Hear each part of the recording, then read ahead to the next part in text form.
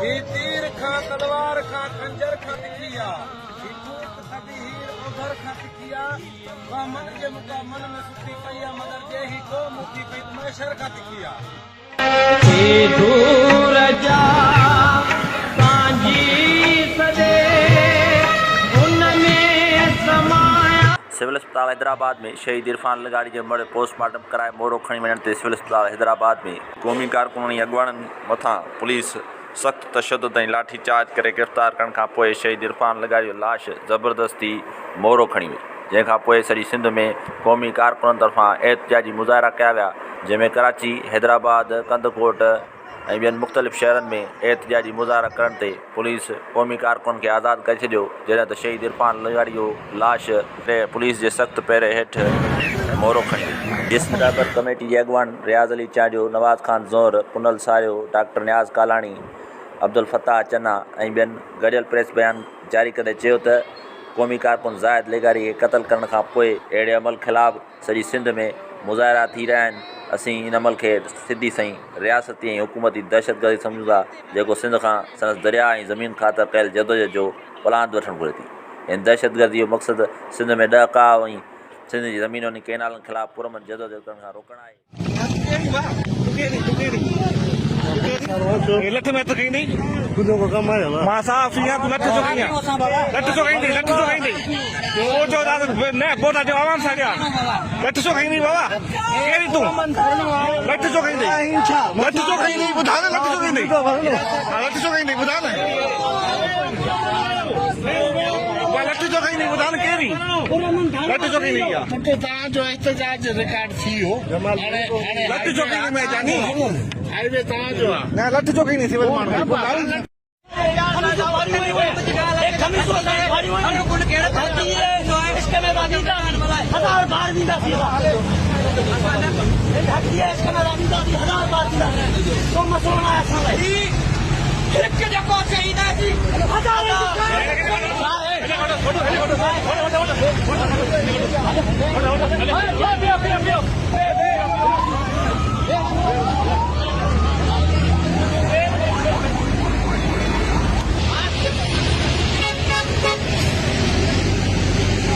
Duty कयो, पंजाब जी नौकरी कयो, असां पंहिंजी धरती जी थञ मल्हाईंदासीं, असांजे दरिया ते धारो आहे, असांजी ज़मीन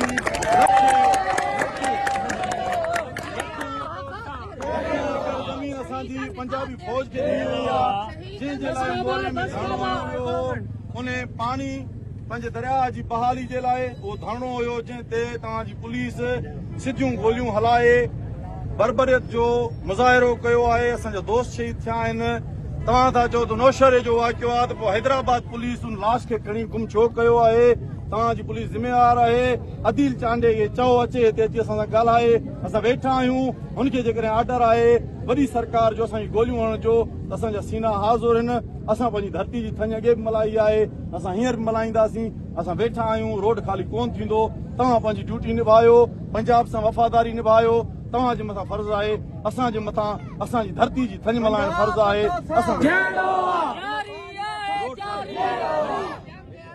अदा हिकिड़ो मिंट बाबा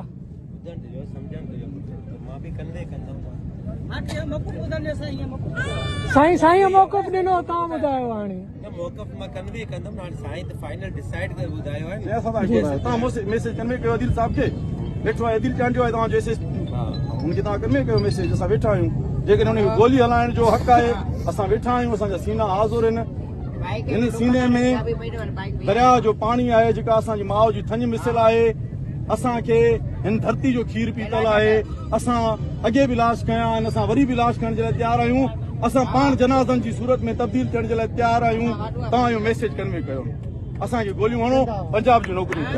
उन्हनि कूड़नि केसनि जे ख़िलाफ़ ऐं जबरी गुमशुदगियुनि जे ख़िलाफ़। उन खां अलावा चोथों जेको असांजो नुक़्तो त जेका माहौलियाती तबाही आहे, उनजे ख़िलाफ़ असांजो हज़ारे माण्हुनि सां पुरअमन मार्च हो। उन मार्च खे कुचलण जे लाइ हिननि राति जी तारीख़ी में मुंहिंजे घर ते हलां करे मुंहिंजे भाइरनि खे खंबे गुम कयो ऐं दहशतगर्दी खे कयो। उन तसलसल में हिननि मोरे में पुरअमन क़ौमी कारकुननि जो कारपोरेट फार्मिंग ऐं दरिया जे धारे ते के ख़िलाफ़ जेको धरणो हो, उन ते ज़ियालनि जा जेको लाल ऐं कुत्तो आहे कुत्ते थे कुत्ते थे पुलिस जी बेगर्दी थे पुलिस से रियासती गुजनेदारनि जे चवण ते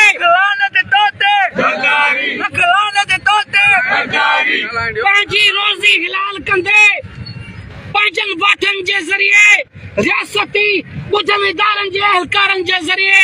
ऐं पुलिस जे ज़रिए हथे ख़ाली क़ौमी कारकुननि जे मथां सिधी फायरिंग कई जंहिंमें ज़ाहिद लिगारी खे शहीद कयो वियो ऐं 15 नौजवान जेके उन खां वधीक ज़ख़्मी थी पिया जंहिंमां अॼु असांजो हिकिड़ो क़ौमी कारकुन इरफान लिगारी शहीद कयो वियो पर हालत इहा आहे त उन्हनि क़ौमी कारकुननि ऐं शहीदनि जे मथां ही पीपल्स पार्टी ऐं वफ़ाक़ी हुकूमत फ़ौज जे चवण ते 8 दहशतगर्दी जूं एफआईआरूं कढियूं आहिनि पर कातिलनि जे मथां हिकिड़ी बि एफआईआर कढण लाइ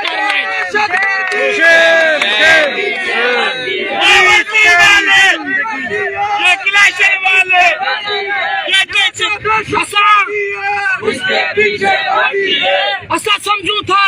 त ही जेको रियासती ॾाढ आहे ही रियासती जबुर आहे उहो हिन तहरीक खे कुचलण जे लाइ असांजी तहरीक रहबर आज़म साईं जीएमस जे फिक्र ते पुरअमन अवामी मज़ामती तहरीक आहे उन तहरीक खे हथ वठी करे ही ज़ातियाती खाना जंगी जे वर चाढ़े तशद्दुद जे हवाले करण था चाहिनि ऐं पोइ जवाब ॾियण क़ौमी तहरीक जे मथां ऑपरेशन करे उनखे कुचलण जी कोशिशि कई पई वञे जंहिंजो सबूत अॼु शहीद जे लाश खे खंभे असांजे क़ौमी क़यादतुनि खे ऐं क़ौमी कारकुननि खे खंभे गुम करणो हो पर तव्हां समूरनि समेत समूरी सिंध जे बाग़ैरत क़ौमी कारकुननि पंजाब जो समूरा रस्ता बंदि करे साबित कयो त असां तव्हां झुकण वारा न आहियूं ऐं न ई झुकी सघूं था ऐं असां पंहिंजी क़ौमी क़यादतुनि समेत क़ौमी कारकुननि खे आज़ाद करायो आहे मुंहिंजो देश मुंहिंजो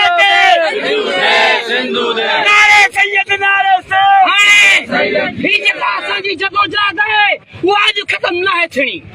असांजी समूरी क़यादत जे गले सलाह मशवरे सां इहो तय थियो आहे त असां सिंधु दरिया जी वारसी धरती जी वारसी ऐं शहीदनि जी वारसी जे लाइ गॾियल हिकमत अमली करे इजलास घुराए उन में फ़ैसिलो करे ऐं मुस्तक़िल लाइ अमल जो जल्द खां जल्द ऐलान कयोसीं ऐं असांखे उमेद आहे त हर भेरे जीअं क़ौमी कारकुन पंहिंजे वतन जी आज़ादी जे लाइ धरती जी वारसी जे लाइ पंहिंजे दरिया जी वारसी जे लाइ ईअं ई बहादुरी सां बीठो आहे ईअं ई बीहंदो ऐं उन सॾ खे तव्हां लबे चई त अॼु उन जदोजहद जो हिसो थींदो जेके ॼणो त न पीपल्स पार्टी पर हिननि जा बाबा इहे फ़ौजी बूटनि वारा बि झुकंदा ऐं पंहिंजे वतन खे आज़ादु कराईंदा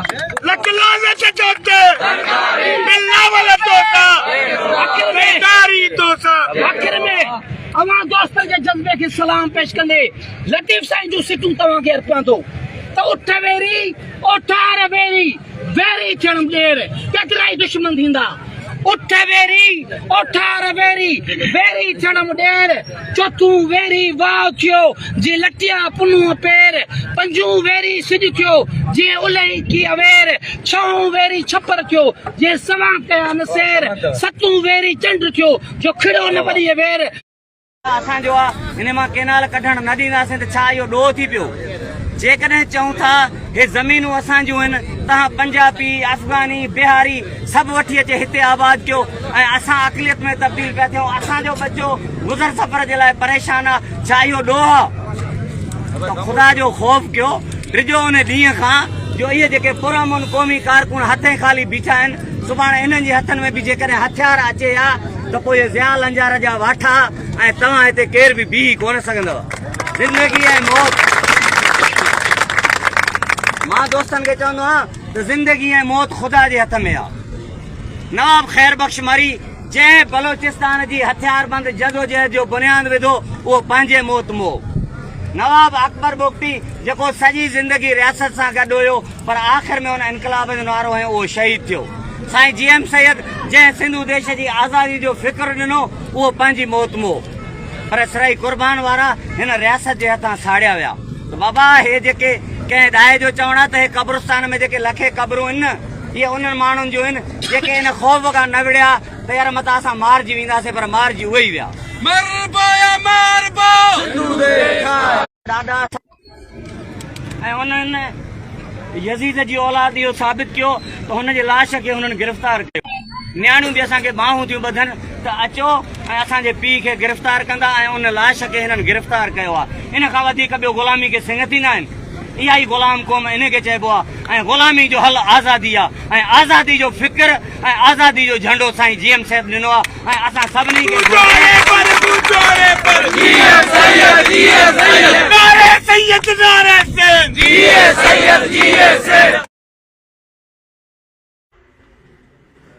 अॼु रबर कामे खां पोइ पैदा थियल इन सॼी सूरत हाल ते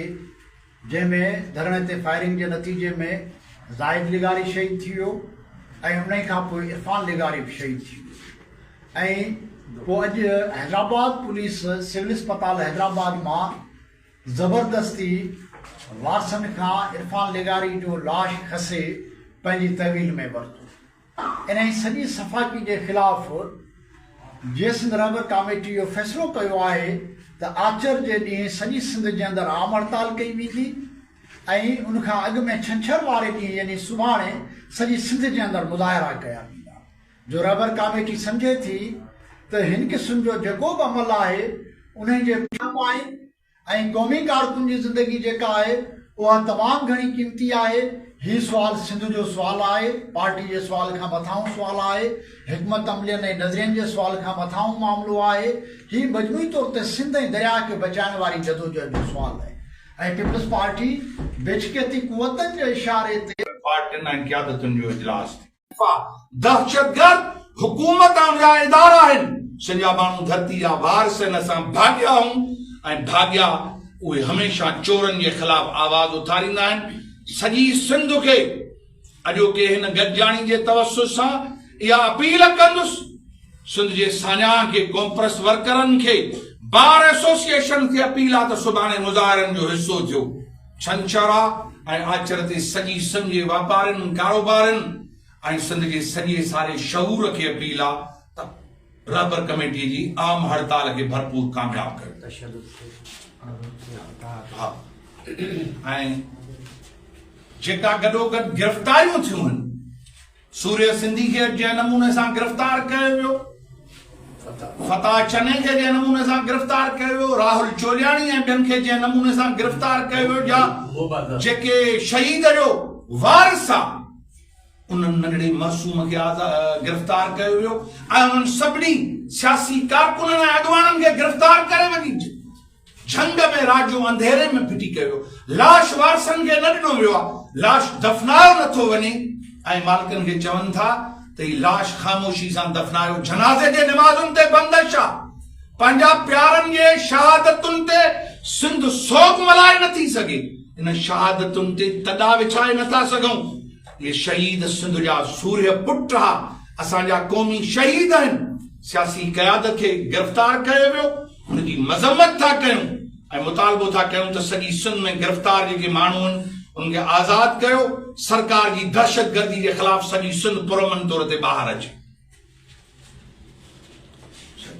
जीअं सिंध कोई मां शहीद बशीर खान जीअं सिंध रबर कमेटी तरफ़ां थियल फ़ैसिलनि में मुकमिल तौर ते शामिल आहे ऐं उन्हनि सां इन सभिनी फ़ैसिलनि में गॾु आहे त 24 तारीख़ ते सॼी सिंध में मुज़ाहिरा कया वञनि ऐं 25 तारीख़ ते आम हड़ताल जेको कई वञे त जीअं सिंध हुकूमत जी इन बरबत खे मुकमिल तौर ते निंदे सघिजे ऐं पुरअमन हलंदड़ क़ौमी तहरीक तेरा ख़ासि तौर ते दरिया बचाइण ऐं कारपोरेट फार्मनि जे ज़मीनूं आहिनि उहे सिंध खां खसे धारियुनि जे हवाले करणु, कंपनियुनि जे हवाले करणु। असां सभु जो सभु इन ॻाल्हि ते मुतफ़िक़ आहियूं त इहा न थियणु घुरिजनि। ख़ासि तौर ते अॼोकी जेका सिंध हुकूमत जी दहशतगर्दी आहे उनखे मुकमिल तौर ते न थियूं था। जीअं सिंध कोई मां शहीद बशीर खान जीअं सिंध रबर कमेटी जे ताज़ा थियल अॼोके थियल फ़ैसिलनि सां मुकमिल तौर ते गॾु आहे ऐं जीअं सिंध कोई मां शहीद बशीर खान जे सभिनी कारकुननि खे चवां थो ज़िम्मेवारी जे सथ में त इन सभिनी अमलनि में सुभाणे मुज़ाहिरनि में ऐं 25 तारीख़ आम हड़ताल में भरपूर नमूने सां नुमाइंदगी करे हिसो वठो त जीअं पुरअमन नमूने सां सुभाणे सॼी सिंध में मुज़ाहिरा थियनि ऐं पुरअमन नमूने सां आम हड़ताल जेको आहे उहा कामयाबु थी सघे। महिरबानी। सिंधु देश मुक़रर आहे साईं जीएम साहिब रहवर आहे। अॼु जेको दोस्तनि रावर कमेटी जे दोस्तनि फ़ैसिलो कयो आहे त शहीद ज़ाहिद लिगारी ऐं इरफान लिगारी जी जेका मैयत आहे उहा अञा ताईं थाणे ते पियल आहे ऐं हिन ज़ुल्म ऐं बरबरीअत ते जेतिरो ॻाल्हाइजे उहो घटि आहे पर हा इहो चवंदुसि त 24 तारीख़ जेको सॼी सिंध में एहतजाजी मुज़ाहिरनि जी ॻाल्हि ॾिनी वई आहे GSM क़ौमी महाज़ आरिसर जा जेके ग्रुप दोस्त आहिनि जंहिं बि जाइ ते आहिनि उहे जिसाफ़ जा दोस्त आहिनि मरकज़ी GSM क़ौमी महाज़ जा दोस्त आहिनि नारी तहरीक जेके बि दोस्त आहिनि उहे जंहिं इलाइक़नि में आहिनि उहे 24 तारीख़ मुज़ाहिरनि में भरपूर शिरकत कनि ऐं 25 तारीख़ वारी जेका हड़ताल आहे उनखे भरपूर तरीक़े सां कामयाबु कयो वञे छाजे करे जो असां सम्झूं था त इहे सिंध जा शहीद आहिनि ऐं हाणे असांजी ग़ुलामी जी इहा हद वञी बची आहे जो असांखे पंहिंजा लाश बि पंहिंजी मर्ज़ी सां दफ़नाइण जी इजाज़त न आहे ऐं उन लाशनि जी बेहुरमती कई वञे थी ऐं जेके माण्हू लाश खणण वञनि था उन्हनि ते बि तशद्दुद कयो वञे थो पर असां उन्हनि खे ॿुधाइणु चाहियूं था त इहे तशद्दुद असांखे रोके ऐं झुकाए नथा सघनि असांजी जदोजहद जारी रहंदी ऐं इन खून जी इन क़त्लनि जी जेका FIR आहे उहा ज़िया लंजार ऐं उते जेके उन्हनि जा माण्हू जेके क्लाशूं खयूं बीठा उन्हनि ते दाख़िल कई वञे ऐं जेके उतां 5-6 माण्हू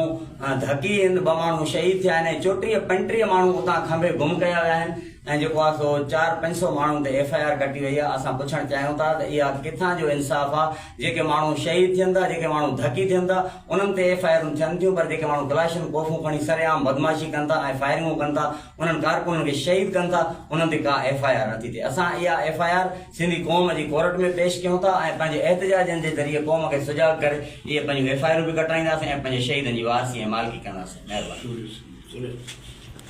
मुक़दर असांजे जेम्स दरबार जेको मोरे में एहतजाज हुयो उन ते जहिड़े तरीक़े सां रियासत हला कई ऐं उन में जेके गोलियूं वसायूं उन में ज़िया लंजार पुलिस उन जा वाठा उन्हनि जो उहो कमु कयो उहो इंतिहाई क़ाबिल मुज़म्मत जो उहो सभु वीडियो सोशल मीडिया ते पियल उन खां पोइ जेको आहे सो ज़ाहिद लिगारी जी शहादत अॼु इरफान लिगारी जी जेका शहादत आहे जॾहिं असां पहुतासीं सिविल अस्पताल त असां पुरमुन तौर ते त असां हुनजो लाश जो पोस्टमार्टम कराए ऐं जेको आहे असां उहा डेड बॉडी खणी वेंदासीं ऐं पोइ जॾहिं असां सभु दोस्त मौजूदु हुआसीं त पुलिस हला करे ऐं जेको आहे सो तक़रीबन 100 खां वधीक मोबाइलूं जेको आहे सो काए अची ऐं उते जेको आहे सो जेके बि असांजी लीडरशिप हुई जेके बि माण्हू हुया शहीद लाश मशहूरु करायो सभिनी ते लाठी चार्ज कयो असांखे जेको आहे सो मोबाइलनि में खणी विया गेले ऐं असांखे गिरफ़्तार कयूं पर असांखे इहो गिरफ़्तारियूं तशद्दुद सैयद जी फिक्री पैरोकार नथो झुकाए सघे असीं सम्झूं था पीपल्स पार्टी पंजाब ऐं फ़ौज जी वगार बि वहे ऐं असीं कंहिं बि सूरत में असीं सैयद जा फिक्री पैरोकार असीं कंहिं बि सूरत में इन ॾाढ ऐं जबर खे क़बूल न कंदासीं ऐं GSM तहरीक जे समूरनि कारकुननि खे पाबंद थो कयां त 24 तारीख़ ते जेको सुभाणे एहतजाज आहिनि रबर कमेटी तरफ़ां मुज़ाहिरा जेको आहे उहो सॼी सिंध में एहतजाजी मुज़ाहिरा कनि ऐं उते दोस्त जिते जिते आहिनि ऐं जिते जिते जन तंज़ीमुनि सां कोऑर्डिनेशन करे कनि ऐं जिते दोस्त उन्हनि असां में हिकिड़ी मुनज़म ऐं हिकिड़ी अख़लाक़ आहे कॾहिं बि असां पाण में जेको आहे गैर इतफ़ाक़ी पैदा न कई आहे उनजे करे कहिड़ी बि तंज़ीम जो को बि दोस्त आहे असां उनजा वारिस आहियूं उनजे करे हीअ असां गॾियल राय सां हिकिड़ो फ़ैसिलो था कयूं सुबुह अॼु रबर कमेटी फ़ैसिलो थी करे सुभाणे स्ट्राइक जो असां नेशनल कांग्रेस उनजी भरपूर हिमायत कंदासीं ऐं हीउ धरणो परमन तरीक़े सां इहो ख़तमु था करियो हिन जदोजहद खे असां इन तरीक़े सां टिको कंदासीं त जीअं हीउ जदोजहद हिकिड़े ॾींहं जी न आहे हीउ जदोजहद अॼोके ॾींहं जी न आहे हीउ जदोजहद 24 कलाकनि जी न आहे हीउ जदोजहद नसुलनि जी आहे हीउ जदोजहद आज़ादी जी आहे हीउ जदोजहद असांजे वकीलनि जी मालिकी जी शहीद इरफान असां जंहिं मक़सदनि जे लाइ शहीद इरफान खां वठी शहीद रुपले ताईं उनखां वठी शहीद दुले दरिया खान ताईं जेके बि शहीद आहिनि उन जा वारिस आहिनि हिन धरती ते हिन म्याणी जे मैदान में जेतिरनि रत ॾिनो असां उन्हनि जा वारिस आहियूं असां उन्हनि जे रथ सां निभाउ कंदासीं, इहो असांजो वचन आहे। तो उन जे करे असांजो इहो यकीन आहे असां पुरअमन जदोजहद सां इन्हनि जा सभु प्लान वठंदासीं। उन जे करे ही धरणो पुरअमन तरीक़े सां ख़तमु था करियो ऐं इहो हल था करियो। जेको बि लाइ अमल रहबर कमेटी ॾिए थी असां उनखे मञंदासीं ऐं असां पंहिंजी सिंधी नेशनल कांग्रेस तरफ़ां उनखे भरपूर नमूने हुनजी हिमायत बि कंदासीं। ऐं ॿियो इहो ही जंग रुगो धरणनि एहतजाज सां न, हाणे इहा जंग कानूनी हवाले सां असां वकील बिरादरी खे बि चवंदासीं उहा विड़े, छो 33 माण्हू उन ई ॻोठ जा इन्हनि शहीद जा के सौट के मथा उहे मिसिंग आहे, उन्हनि खे बि फौरी तौर रिहा कराइण लाइ असां उन्हनि खे अपील कंदासीं उहे मैदान अमल में अचनि। ऐं ॿियो 5 खां 6 एफआईआरूं थी चुकियूं आहिनि, तक़रीबन क़ौमी कारकुननि जा उनमें नाला ॾिना विया आहिनि। असां इहो चवंदासीं असां उन्हनि जूं बेलूं ऐं जेका एफआईआरूं जेके आहिनि शहीदनि जूं एफआईआरूं नथियूं कटे वञनि, भले ई न कटियूं वञो, पर असां बि उहा जंग कोठनि खां वेंदे रोडनि ताईं ऐं पुरअमन तरीक़े सां इहे वणंदासीं। उन जे लाइ हीउ जलसो अॼु ही जेको एहतजाज आहे आउं सम्झां थो इहो सक्सेस थियो, कामयाबु थियो दोस्तनि जो। उन जे करे असां हिन खे मुलतवी था करियूं, आरज़ी तरह जदोजहद जारी रहे। हलो सभिनी दोस्तनि जी महिरबानी। तुंहिंजो देश मुंहिंजो देश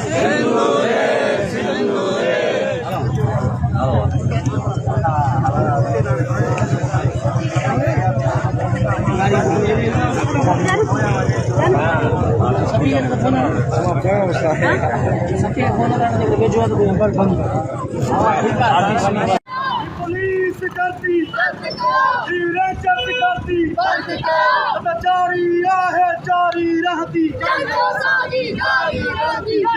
मारा मारी रहती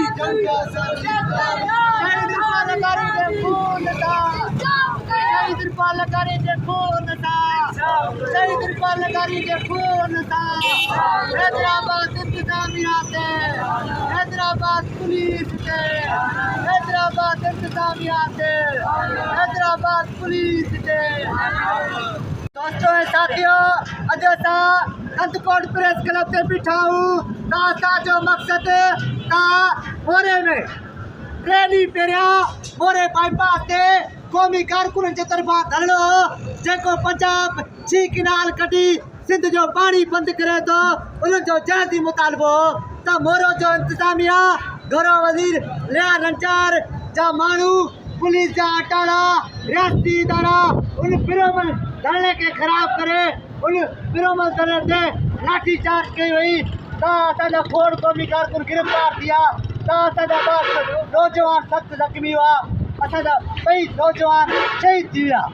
नायब लगारी जेको मुसलसल विरोधी आहे उहो शहीद थी वियो आहे, त उनखे मोरे में उनजे वास्ते में क़ौमी कारकुन को बनायो पानी बंद गुज़रिया जेको असांजे सीरियस हालत में जेको इरफान लगारी हैदराबाद सिविल अस्पताल में जो इलाज हले पियो, अॼु उहो शहीद थी वियो। त उते शहीद थी विया असांजा क़ौमी कारकुन जे पहुता त पुलिस जी हैदराबाद जी इंतजामिया ऐं पुलिस बदमाशी करे असांजे नौजवान इरफान लगारी जेको शहीद थियो उनजो लाश खणी आहे। असां पुछण था चाहियूं तव्हां असांजे लाशनि खां बि ख़ौफ़ था कयो, उहो पाण वीचारो जेको शहीद थियो तव्हां हुनखे क़ौमी कारकुन जे हवाले कयो, सिंध जे लीडर जे हवाले कयो, उन्हनि जे वारसनि जे हवाले करियो। उहो पंहिंजे बचे जो लाश जेको न आहे न, इहा तव्हां असांखे करबला जो वाक़िओ तव्हां असां सां पेश कयो आहे। असां सिंधी नौजवान जो कसूर कहिड़ो आहे, असां मुतालबो था कयूं त शहीद इरफान लगारी जो लाश क़ौमी कारकुननि जे हवाले ऐं वारसनि जे हवाले न कयो वियो त असां एहतजाज करण बि ॼाणूं था, छटबंद हड़ताल करण बि ॼाणूं था ऐं फीता रोक हड़ताल रोड बि असां बंदि करे सघूं था। असां हुकूमत खे चेतावनी था ॾियूं त 2 कलाकनि में जो इरफान लगारी जो लाश उनजे वारसनि खे न मिले वियो त पंजाब जो तव्हांखे फीतो बि विचलन ॾींदासीं ऐं छटबंद हड़तालनि जा काल ॾींदासीं। जेके असांजा अॻवान हैदराबाद उनजे शहीद जे वासी करण लाश जो उनखे बि तव्हां खणी गुम कयो आहे, जंहिंमें को बि हड़ताल लगारी आहे पता चना आहे ऐं सूर्य सिंधी आहे असांजा नौजवान खोड़ी था गिरफ़्तार कया आहिनि असां मुतालबो था कयूं असांजे नौजवान खे आज़ादु कयो रहे जेके बि पंजाब जी किनाल कढे थी असांजे सिंध जो पाणी रोके थी असां उहो बि पंहिंजो रद्द करे तव्हां सम्झो था असां नौजवान शहीद करे हीअ जदोजहद मटाइण करे वेंदी असां घरो वज़ीर लिया लंचार खे बि ॿुधाइण था चाहियूं तूं भली असां ते गोलियूं हला गोड़ गिरफ़्तारियूं करा असांजे घरनि ते चढ़ायूं बि कर असां गोलियूं खाईंदासीं शहीद थियण खां बि तयार आहियूं असां हर टाइम इहे किनाल कढण कोन ॾींदासीं तुंहिंजो देश मुंहिंजो देश शहीद इरफान लगारी जे खून सां रैली जी सूरत में हलो असांजे ॻोठ में ॿ नौजवान शहीद थिया आहिनि जंहिंमें असांजा ॿार बच्चा सख़्तु तकलीफ़ खे मुंहुं ॾेई रहिया आहिनि बीमारी जी न असां दवा लाइ वञी था सघूं न असां शहर में अची वञी था सघूं कई असांजी औरतूं मर्द नंढा ॿार हिते बेहोशी वारी हालत में आहिनि असांखे ख़ुदा अहिड़ी रसद ॾियो या डॉक्टर पुॼायो जो असांजो इलाज थिए न त काफ़ी जानूं ज़ाया थियण जो असांखे ख़तरो आहे असां सॼी सिंध खे अपील था कयूं अचो अचो असांजी मदद कयो असां तमामु लाचार थी विया आहियूं असां हिते हिकिड़ी क़ैद में आहियूं अचो असांजी मदद कयो असां सॼी सिंध खे अपील था कयूं असांजी महिरबानी करे मदद कयो असांजा तमामु घणा हिते मरीज़ बि आहिनि पोड़ा पीरसन बीमार आहिनि दवा राशन हर शइ हाणे कमी थी चुकी आहे असां वटि असां सॼी सिंध खे अपील था कयूं अचो असांजी मदद कयो महिरबानी